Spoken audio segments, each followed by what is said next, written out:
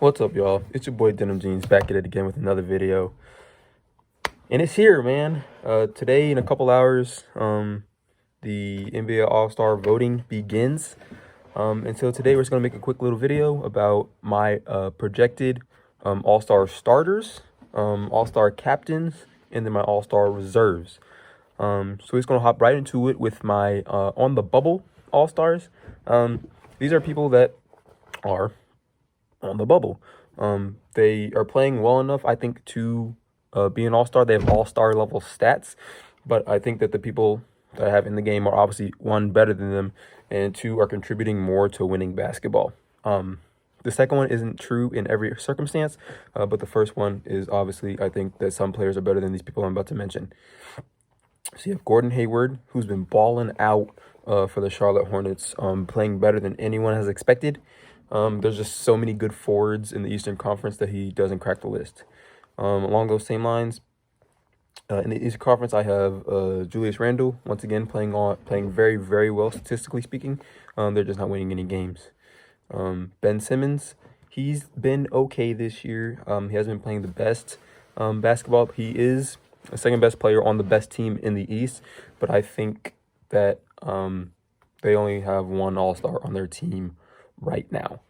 He is playing defense at an all-NBA level. I just don't think he's doing enough scoring-wise this year in order to warrant him a spot in the All-Star game.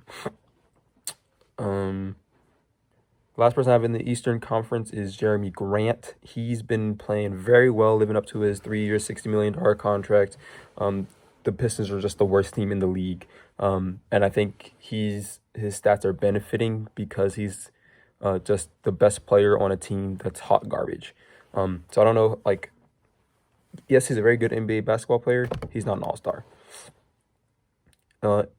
Moving to the West, the first I have here is Zion Williamson.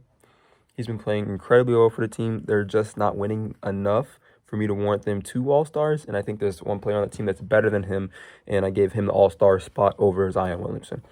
And then now we're going to move into players that are made the All-Star game last year, but I don't have them making it this year. Starting with the guards, I have Kemba Walker. He hasn't played at all. He hasn't played enough games to warrant him making an All-Star game. That's it. Next, I have Devin Booker. The Suns are doing better this year, and Booker is still playing incredibly well. He barely made the All-Star game last year. He only made it because someone else opted out of it because they either got injured or just couldn't play or something like that. And I have him just missing it this year as well, or just missing it the initial cut. He may get in if someone can't play or something like that, but he doesn't make the initial cut for me. Last guard I have out in the Western Conference is Chris Paul. He made the All-Star game last year, helping lead the Thunder to the 5th seed in the West. But this year he's doing very well, helping the Suns make a playoff push this year as I think they're the 8th seed right now in the West. I'll have to pull that up and see. But he is playing on a team that is now expected to make the playoffs in the Phoenix Suns. And so while his impact is great, it's not as great as it was with the Thunder last year. Next, I have in the Eastern Conference now, I have Jimmy Butler. He just hasn't played enough games. And then I have Kyle Lowry, who made it last year, who doesn't make it this year. For me, the Toronto Raptors are 7-11. They're well below their expectations. And that's just... You can't be playing mediocre on a team that's not meeting expectations to make the All-Star game again. I'm sorry. But yeah, the Suns are 9th in the West right now. I'm sorry, not 8th. I also have Jimmy Butler and Russell Westbrook. Russell Westbrook has been playing not so great this year. His efficiency is terrible on a team that is underachieving at 3-11 with the Washington Wizards. And then Pascal Siakam is in the same boat as Kyle Lowry, where he made the All-Star game last year, but now he's not playing as well as he did last year on a team that's underperforming.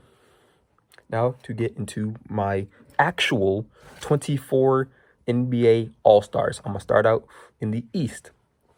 I think right now the captain of one of the teams is Joel Embiid.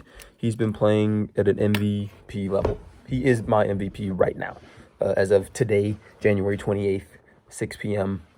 in Europe. He's dominating the glass, dominating defensively, is unstoppable on offense, and is the best player on right now, the best team in the East and arguably in the league. Record-wise, I think they're just the best in the East because the Jazz are 14-4, number one in the West, and the Sixers are 13-6, number one in the East. He's the best player on the best team in the East, and he's just dominant. The other one I have is LeBron James. He's right now second in my MVP voting. He's playing phenomenally. I don't know what else I can say about it. So I have LeBron James making his fourth consecutive team captain appearance, and along with first-time team captain Joel Embiid. For my East All-Stars, I'm just going to go from top to bottom. I have Kevin Durant. You wouldn't know he tore his Achilles if you watched him play right now. He's playing incredibly, scoring the ball the same way he's always done his entire career. He hasn't lost a damn step. KD is KD. He's an all-star. On that same note, I have his teammate, James Harden. His numbers have dipped, yes, but that's because he doesn't have to carry the offensive load as much as he does being next to one of the greatest scorers, arguably the greatest scorer of all time in Kevin Durant. But he's still getting his buckets. He's still getting to the foul line. His defense is okay, and he's contributing to winning basketball with the Nets. Now, a player who is leading the league in scoring, and Bradley Beal is my next all-star. Sucks for him because no one else is helping him out. Russell Westbrook's playing like trash. No one else on the team can stop a damn fly from getting through a wall. Like, he's playing so incredibly well. You can't deny him. I think 2 years in a row, his all-star selection, especially when he's the leading player in the league. Leading scorer in the league. He has to get an all-star spot. I'm sorry. Next, I have Trae Young. He's, in my opinion, the best or second best point guard in the East. I think it was Ben Simmons last year, but now I think it's Trae Young has taken that mantle.